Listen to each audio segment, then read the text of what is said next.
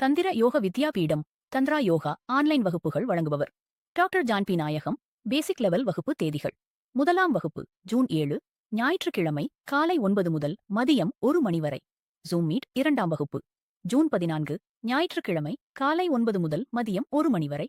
Zoom meet. மூன்றாம் வகுப்பு June 21 ஞாயிற்றுக்கிழமை காலை 9 முதல் மதியம் 1 மணி வரை.